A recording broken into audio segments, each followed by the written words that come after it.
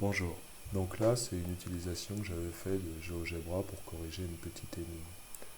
Donc dans l'énigme, vous avez 5 drapeaux de forme rectangulaire et il s'agit de savoir combien il y a de drapeaux pour lesquels la surface noire coloriée représente 3/5 de la surface du drapeau total.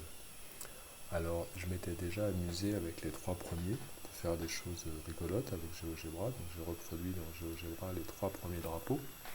D'accord. Et puis je me suis amusé à jouer avec les couleurs et un curseur pour, là vous voyez, le carré noir qui est en bas sur le premier drapeau. Je vais le déplacer en haut. Alors c'est pas obligatoire, on peut fonctionner autrement, mais c'était pour m'amuser.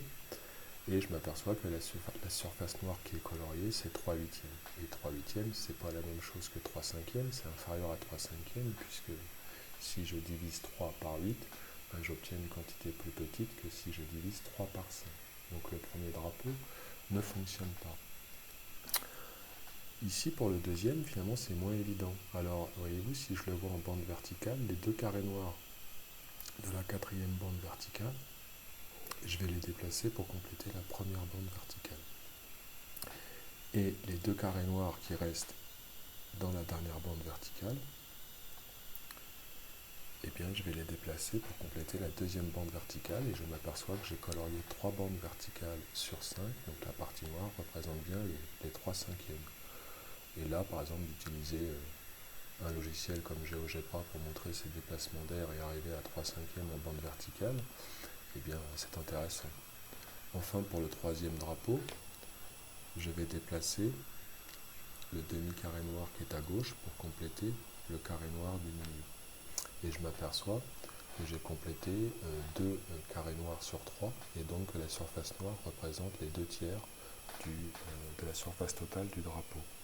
Et 2/3, c'est supérieur à 3/5. Il y a différentes façons de le voir, mais on peut travailler sur mètre sur 15 par exemple. Donc 2/3, ça fait 10 sur 15, et 3/5, ça fait 9 sur 15.